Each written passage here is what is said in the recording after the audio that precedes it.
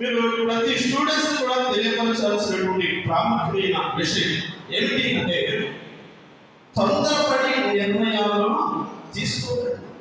తొందరపడి నిర్ణయాలు తీసుకోకండి. ఆ తొందరపాటు నిర్ణయము, ఆ తొందరపాటు ఆత్మహత్య నేను సరాసరి నరకానికి చేస్తాను. ఎక్కడ చేస్తుంది? నరకానికి చేస్తాను. ప్రియులారా గమనించండి, దేవుని వాక్యము సెలవిస్తడం మనం చూస్తున్నాం. దేవుని వాక్యం చేత ఆయన మనతో మాట్లాడడం మనం చూస్తున్నాం. సామ్సోను చరిత్ర మనందరికీ బాగా తెలుసు. సామ్సోను చరిత్ర మనందరికీ బాగా తెలుసు. సామ్సోను మంచి బలాఢ్యుడు. సామ్సోను మంచి యవన ప్రాయంలో ఉన్నాడు. సామ్సోను మరి తన అనుకుంటే ప్రియులారా గమనించండి, పచ్చి దవడ ఎముక ద్వారా, పచ్చి గాడిద దవడ ఎముక ద్వారా 1000 మందిని అపమార్చిన ఘనత ఒక సామ్సోనుకు మాత్రమే దొరికింది. ఎందుకు ఈ మాట చెప్పాల్సి గమనించండి, ఎండిపోయినటువంటి దవడ వెంపలు పట్టుకోవచ్చు. ఎండిపోయినటువంటి ఆ వెంప ద్వారా చేయొచ్చు ఇంకా, కానీ పచ్చిగా ఉన్న ఆ దవడ యొక్క దేవుడు ప్రత్యేకంగా ఈ మాట రాయించాడు. ఏమని రాయించాడు? పచ్చి దవడ వెంప ప్రత్యేకంగా రాయించాడు. పచ్చి దవడ వెంప ద్వారా అలాంటి యుద్ధము చేయడము అసంభవం, అది జరగదు. కానీ దేవుడు తనకి ఇచ్చినటువంటి కృప ద్వారా, దేవుడు తన పట్ల చూపినటువంటి ఆ యొక్క మహోన్నతమైనటువంటి కృప ద్వారా అతడు ఒక్కడే 1000 మందిని జయించాడు. 1000 మందిని హతమార్చాడు. ఇంతటి బలాశయం కలిగినటువంటి ఈ సామ్సోను తను ఎక్కడికైనా విషయమే, కానీ తనకున్న ఒక బలహీనత వల్ల, తనకున్నటువంటి ఒక చెడు కోరిక వల్ల ప్రియులను గమనించింది, తనకు తాము ఆత్మహత్య చేసుకునే పరిస్థితి కలిగింది. ఇందాక చదివాం న్యాయాధిపతుల గ్రంథం 16వ అధ్యాయము. మీకు పూర్తి అర్థమవుతుంది. అది సమయం లేదు, నేను చదివించాను. గమనించండి, దెలీలా అనబడినటువంటి ఒక స్త్రీ యొక్క మోహంలో తను పడిపోయి, ప్రియులను గమనించండి, ఎవరికి చెప్పకూడనటువంటి రహస్యం తనకు చెప్పాడు. ఎవరికి చెప్పకూడనటువంటి రహస్యం చెప్పాడు. ఆ రహస్యం చెప్పినంత వరకు కూడా ఈ మహాతల్లి వదలలేదు. కానీ ఏమండి, ఈ మహాతల్లి తనను వదలలేదు. ఈ రాష్ట్రంలో చాలా మటుకు ఎవరు కానీ ఎవరు కానీ ప్రియులను గమనించండి, ఎక్కడ పడిపోతూ ఉన్నారంటే ఈ మోహపు తలపు దగ్గరే, ఈ మోహపు ఆలోచన దగ్గరే, ప్రేమ అనబడినటువంటి ఈ దొంగ 2 అక్షరాల పదాలకు మునిగిపోయి ప్రియులను గమనించండి, వారి జీవితాన్ని వారు కోల్పోతున్నారు. సామ్సోను అలాగే మోసగించింది. సామ్సోనులో ప్రియులను గమనించండి, ఈ దెలీలా ప్రేమించింది, నటించింది.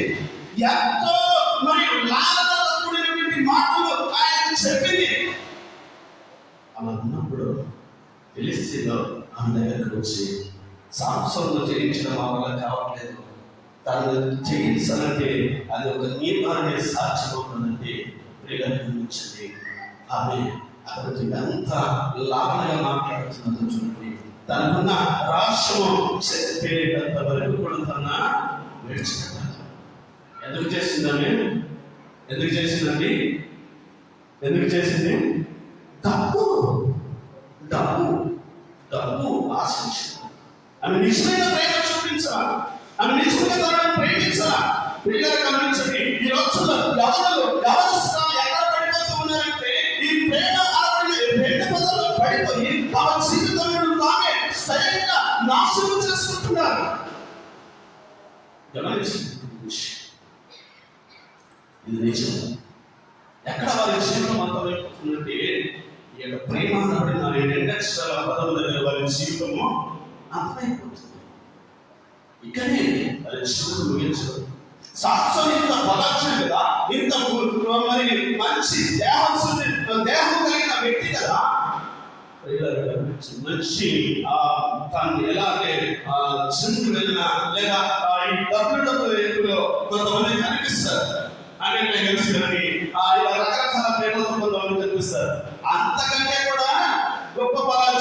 ఒక విషయంలో మానకాత్మ చెప్పాలండి, పరిశుద్ధ గ్రంథములో పొట్టివాడిగా ఉన్న ఒక అబ్బాయి దాదాపుగా 7-8 ఫీట్ ఉన్న ఒక వ్యక్తిని జయించాడు. ఎవరు చెప్తారా?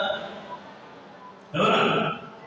దావీదు గొలియాతును జయించాడు. అంతటి ఉన్నతమైన దేహం, అంత బలంగా ఉన్నటువంటి సాక్షులు ఒకే దగ్గర పడిపోయాడు, మునిగిపోయాడు. తన జీవితము తానే స్వయంగా ఆత్మహత్య చేసుకునే పరిస్థితికి తీసుకొచ్చాడు. తానే స్వయంగా ఎవరు చంపలేక, ఎవరు చంపడానికి ప్రయత్నించారు, కానీ ఎవరు చంపన, తనకు తానే. మీకు ఈ విషయము ఒకవేళ మీకు అర్థం కావాలంటే ఇంటికి చదువుకోండి. ఈ 16వ అధ్యాయం మొదటి నుంచి గమనిస్తే ఈ సంఘటనలంతా మనకు కనబడుతుంది. ఈ 7వ వచనంలో ఈ మనిషి తెలియదు మహాతల్లి తనకున్నటువంటి రాష్ట్రాన్ని చెప్పమని ఇక్కడ నుంచి ప్రారంభించింది.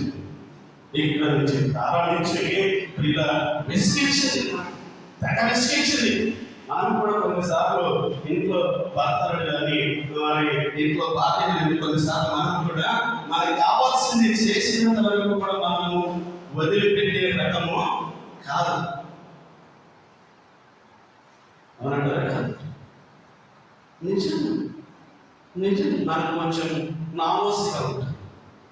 నిజంగా జలగ పట్టిందంటే అది రక్తం పీల్చేంత వరకు కూడా అది వదులుతుందట. జలగ పడితే వదులుతుందా?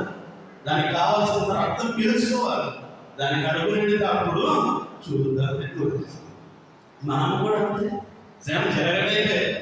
జలాగ ఎలాగైతే పట్టి పీడిస్తారో మనం కూడా మనకి ఏదైనా కావాలి అనుకున్నప్పుడు రక్తం పీల్చేసిన వాళ్ళ దగ్గర నుంచి కావాల్సిన వస్తువులు రాబట్టుకుంటాం. మన రక్తం పీల్చినా సరే వాళ్ళ దగ్గర నుంచి తెప్పించుకోవాల్సిన వస్తువులు తెప్పించుకుంటాం కదా. నిజము. ఈ తెలియని కూడా అలా పనిచేసి 3 సార్లు సాహసులు తనను మోసగించాడు. ఎలా తెలుసా? ఇక్కడైతే నేను పడిపోతాను, ఇక్కడైతే నేను పడిపోతుంటే 3 సార్లు కూడా అలా జరిగింది. అయితే తను పడిపోతాను. దేవుడు తన నిరీక్షణ బలము కలిగి తిరిగి లేచాడు. ఆ ఫిలిష్తీయుడు ఎదుర్కోవడానికి సిద్ధపడ్డాడు. కానీ ఇప్పుడు ఈమె ఎంతో నాజూగా, మీకు ఈ మాట కొంచెం బాధ కలిగించు, ఎంతో ప్రేమ, దొంగ ప్రేమ వరకు వస్తుంది. ప్రేమ అనేది దొంగ ప్రేమ. నేను క్లియర్ చెప్తున్నాను, క్లియర్ గమనించండి. దాంట్లో పడిపోయే జీవితాలు నాశనం చేసుకుంటున్నారు. దాంట్లో పడిపోయే జీవితాలను కోల్పోతున్నారు. ముందున్న భవిష్యత్తు, దేవుడు నిర్మించిన గొప్ప భవిష్యత్తును కోల్పోతున్నారు. ఈమె వరకవలసిన ఈ దొంగ ప్రేమలో ఈయన పడిపోయి, ఇక నా వల్ల కాదు, నువ్వు నన్ను తెగ విసిగిస్తున్నావు, ఇక నేను చావడానికి సిద్ధమే అని ఈ మాట ఈ రాష్ట్రాన్ని చెప్తున్నాడు. ఒకసారి 16వ వచనం చదవండి.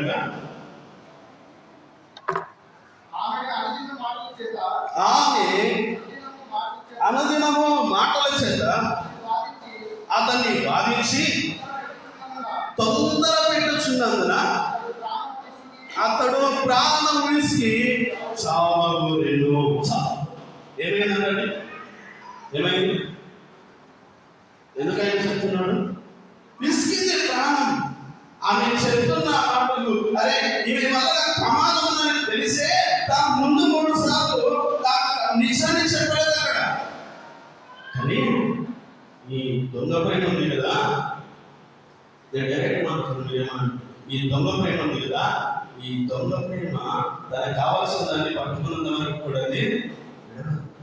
ఇవి విడిచిపెట్టిందా? తెలియదా? మీకు కొంచెం బాధ అనిపిస్తుంది. కొందరికి ముఖాలు అర్థమవుతుంది కదండి, ముఖాలు అర్థమవుతుంది. నేను చెప్పింది వాక్యపరంగా చెప్తున్నాను. ఇవి విడిచిపెట్టిందా? నిజం చెప్పిన విడిచిపెట్టిందా? జలగబట్టి పీడించినట్టుగా పీడించింది. జల రక్తాన్ని పీల్చింది. తన ప్రాణం తీయాలన్నా పీల్చ, ఆ దాహంకు తినమండి తను పీల్చింది.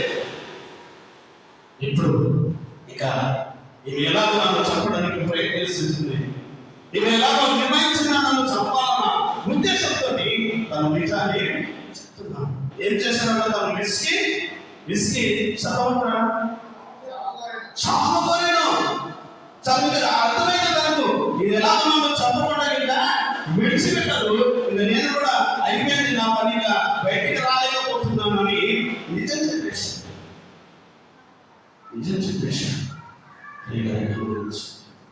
ఈ నిజమే తన ప్రాణానికి వచ్చింది. ఏమి ఈ తొందరపడినే తన ప్రాణం చేసుకునే పరిస్థితికి వచ్చింది.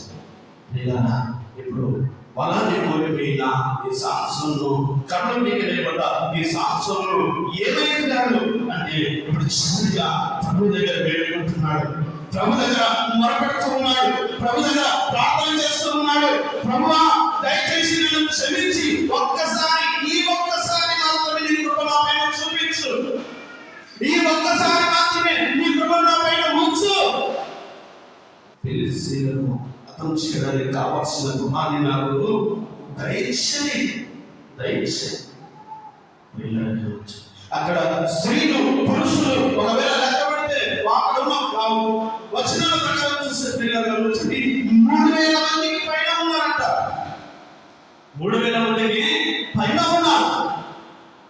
గమనించండి, ఇంతని పరిస్థితుల్లో ఉన్న సాంసను ఇప్పుడు అంటున్నాడు, నేను ఫిలిష్తీయులను చంపన మగాని అని చెప్పుకొని తన బలంతో ఎంత ప్రయత్నించడం జరగదు. ఎందుకంటే బలము పోయింది. అయితే ఇప్పుడు ప్రభు దగ్గర మాట్లాడుతున్నాడు, వాళ్ళ ఈ ఫిలిష్తీయులను హతం చేయడానికి నాకు సహాయం చేయంటే ప్రభు తనను దర్శించి ప్రియులారా గొప్ప సహాయం చేసి చదవడం. ఇప్పుడు 28వ వచనం నుంచి చదవండి. అప్పుడు సాంసోను యెహోవా ప్రభువా దయచేసి నన్ను జ్ఞాపకము చేసుకున్నాము, దేవా దయచేసి ఈసారి మాత్రమే నన్ను బలపరచు. ఏమంటుడు ఇంకా మళ్ళీ ఇవ్వనున్నా, ఈసారి మాత్రం ఇక ఈసారి నువ్వు ఇచ్చే బలం ద్వారా వీళ్ళను చంపేస్తాను, నేను కూడా చనిపోతాను.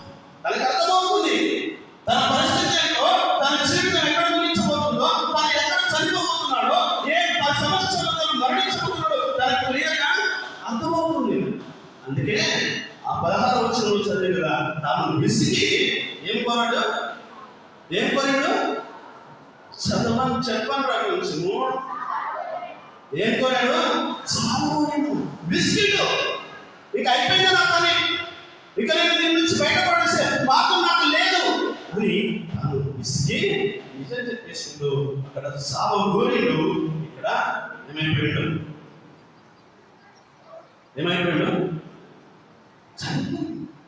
చదవండి. ఎందుకు చదవండి, మీకు ఆ మాట అర్థమవుతుంది. 29వ వచనం చదవండి.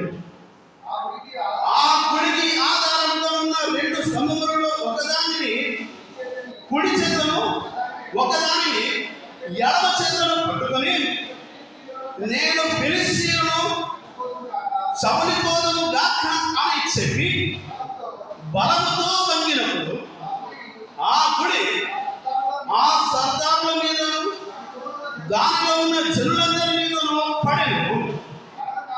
మరణకాలము అతడు చంపిన వారి శవముల లెక్క కంటే జీవిత కాలముందు అతడు చంపిన లెక్క కంటే ఎక్కువ. ఏం చేస్తున్నాడు ఇక్కడ సాంసం?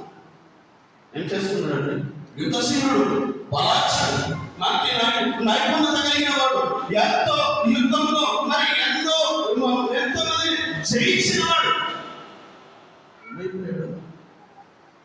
తాను అర్థం చేసుకోవాల్సిన పరిస్థితి ఎందుకు వచ్చింది? ఆ పరిస్థితి తనకు ఎందుకు వచ్చిందండి? ఎందుకు వచ్చిందట? ఎందుకు? దోమ ప్రేమ దోమ దీంట్లో పడే తన మీదికి తాను చదువుతున్నాడు. యవనస్తులు ఎక్కడ పడిపోతుందంటే మొదటికి కనిపిస్తే దీంట్లో దేంట్లో చెప్పండి మరి నోరు నాయన మీకు దేంట్లో పడిపోతున్నా అది చూడడానికి 2 అక్షరాలు పదవి కానీ చెప్పడానికి తీయగానే ఉంటుంది కానీ చాలా ప్రమాదకరమైనది, ప్రాణాలను తీసేది. ప్రాణాలను తీసేది కనుక యవనస్తులైన ఎవ్వరు కూడా అలాంటి ప్రమాదానికి మీరు పాల్పడకండి, దాంట్లో పడకండి. అది భయంకరమైనటువంటి ఆ వల ఏంటంటే భయంకరమైన వల. ఆ వలలో పడితే తిరిగి బయటికి రావడము కష్టం. సాంసన్ వచ్చిండో బయటికి దాంట్లోనే అంతమైంది. పోయిగా తాను దాంట్లో అంతమైపోయినా ఇక్కడ ఓడిపోయాడేమో అక్కడ గెలిచాడంటే అక్కడ కూడా ఎక్కడ పరలోకం వెళ్ళే అవకాశం లేదు, పరలోకం చేసే అవకాశం లేదు. ఆత్మహత్య అది భయంకరమైన పాపం. ఎవరు కూడా అలాంటి తొందరపాటులో అది చాలా ప్రమాదకరమైన సంఘటన అని మీకు తెలియపరుస్తుంది. ఒకసారి చాలా మంది ఉన్నారు ఇలాంటి వాళ్ళు ఈ ఆత్మహత్య చేసుకునే వాళ్ళు చాలా మంది ఉన్నారు. కానీ మీకు ఒక వ్యక్తిని మనం చూసుకుందాం. ప్రభు చిత్తం ఆయన ఇచ్చిన టైంలో మీరు ఇచ్చుకుందాం. ఇంకొక వ్యక్తిని మనం చూసుకుందాం. సమూయేలు మొదటి గ్రంథం 34వ అధ్యాయం. సమూయేలు మొదటి గ్రంథం 34వ అధ్యాయము.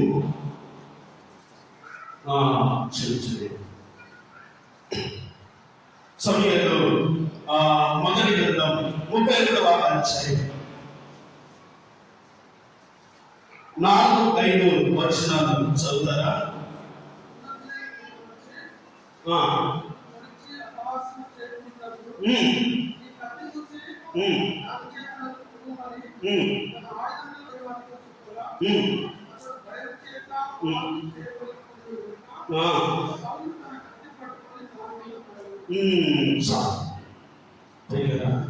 ఇక్కడ సౌలు కూడా ఏం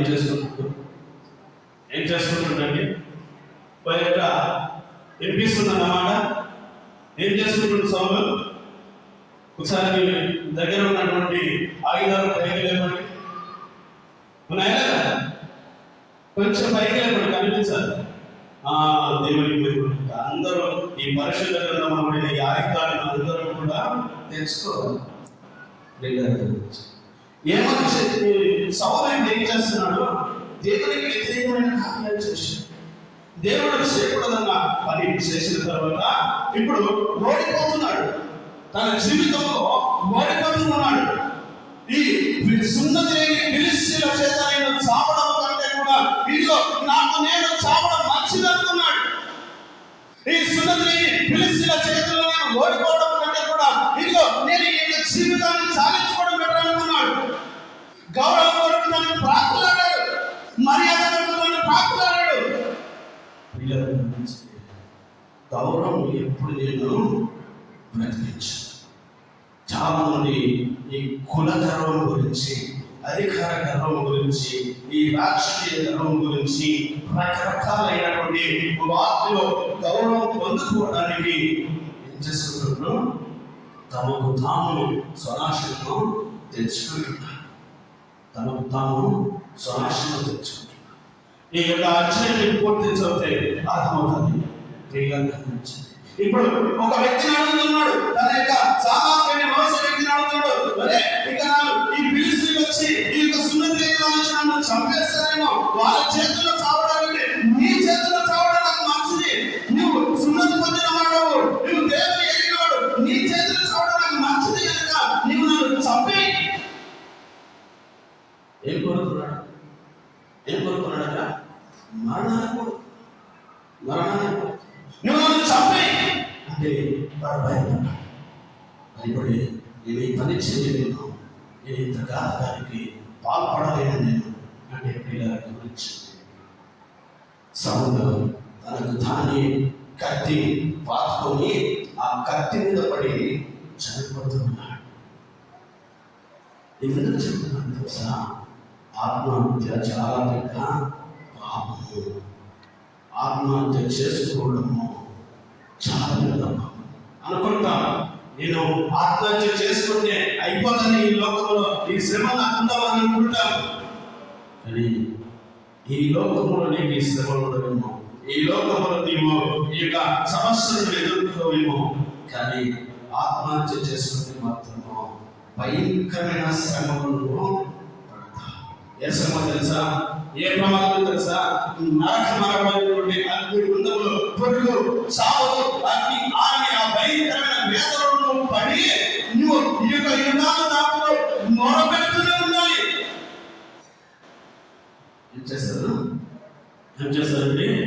యుగ యుగాలు, ఒక్క రోజుతో పోయేది కాదు, ఒక నెలతో పోయేది, ఒక సంవత్సరంతో పోయేది, యుగాలు. యుగం అంటే 1000 సంవత్సరాలు. ఈ 1000 సంవత్సరాలు అలాంటి 2000 సంవత్సరాలు కావాలో మనకు తెలియదు.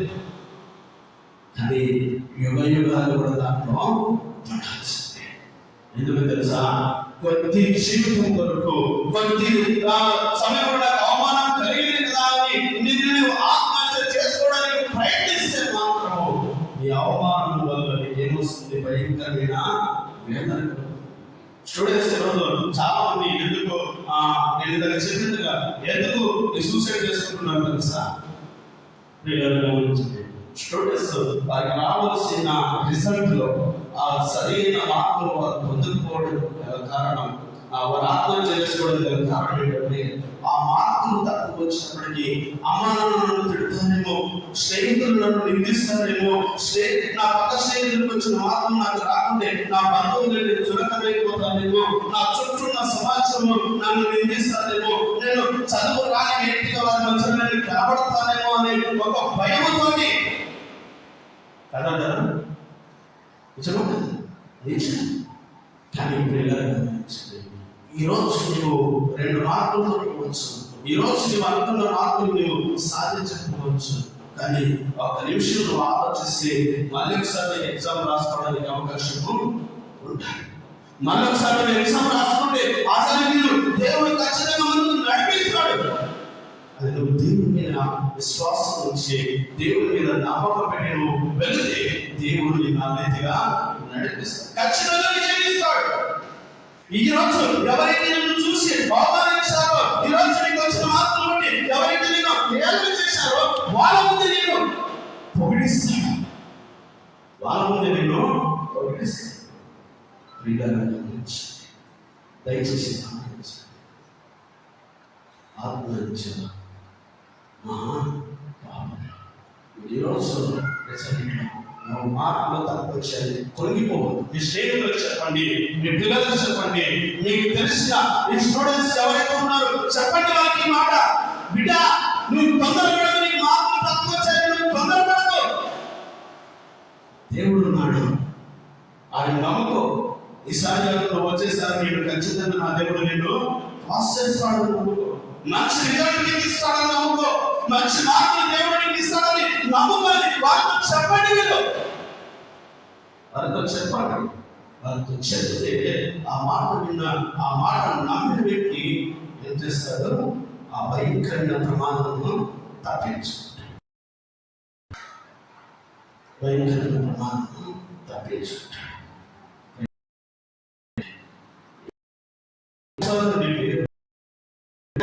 మార్పులు ఈ రోజు వస్తానని గౌరవము, కానీ నీ ప్రాణం వస్తుందా?